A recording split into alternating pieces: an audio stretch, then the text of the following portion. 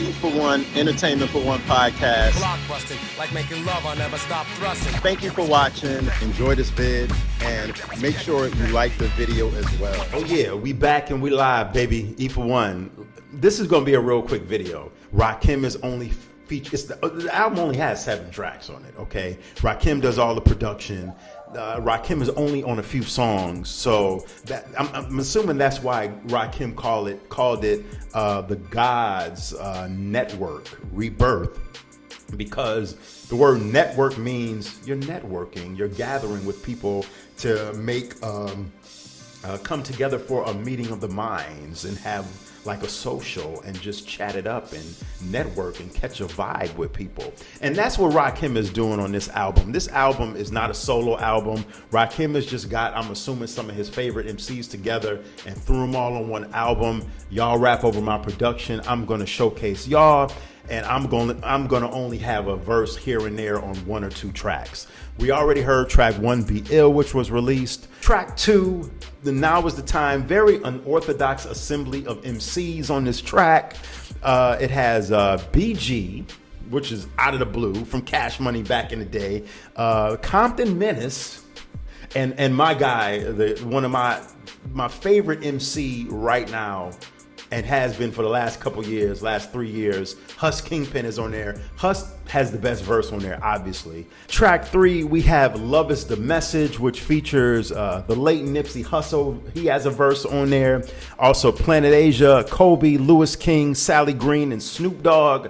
This is just like a jambalaya of shit that's just thrown together, and just MCs thrown into a pot, and we gonna throw whatever on the wall, just splatter it like a paint splattering, and we gonna hope that it works and it fits. But in Rakim's defense here, some of the production on this album, it sounds dated. I'm not gonna hold you. I'm not gonna lie. It sounds very early 2000-ish. But some of the production is effective and sounds pretty okay and mildly decent. Let me know your opinions and your thoughts in the comment section. Track 4, God's Playground, featuring 38 Special, DMX talking on the end, Sky Zoo, Fred the Godson. No Rakim verse on there. So we don't get Rakim to even hear a verse with 38 Special, one of the dopest MCs out right now, along with Sky Zoo, one of the dopest MCs out right now, and Rakim. We don't even get the pleasure of hearing that. 5 is Pendulum Swing, featuring Crooked Eye and Cannabis. I'm not holding my breath. Cannabis in 2024, which, in defense of Cannabis's last album was okay. It was alright. And Chino XL and La the Dark Man. But that song was okay. I guess Pendulum Swing. Track 6, International. To me, which is the best song on the album. To me, it feels like Road to the Riches a little bit, the way the beat is produced, the way Rob produced the beat.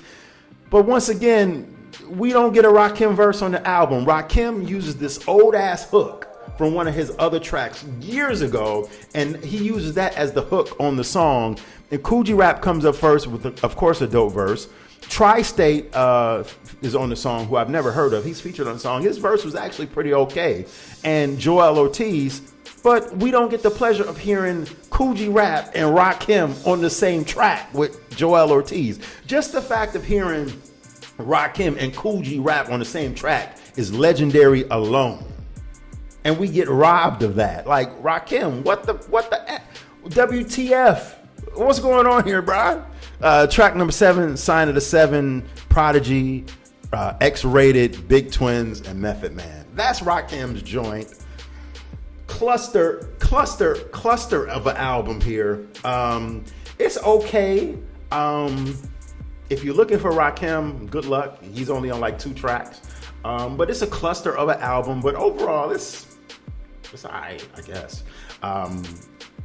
It's just okay. It didn't move me. Rakim could have kept this album, and we want to hear a Rakim album to hear Rakim, not to hear BG, not to hear Compton Menace, not to hear, as much as I do like Planet Asia and you know, Big Twins. I love me some Big Twins, Joel Ortiz, King Crooked. We want to hear Rakim to hear Rakim. And when we hear these big names, we want to hear Rakim rhyming with these big names, not just a soundtrack to salute and celebrate Rakim. Save that for later on but the argument can be made here too that Rakim is of the age and stage of his life to where Rakim gives two F's about what I think, because he's the God MC. So he can do whatever he wants, right? Because his legacy is already solidified, I guess. I don't guess that his legacy is already solidified. I'm not questioning his legacy.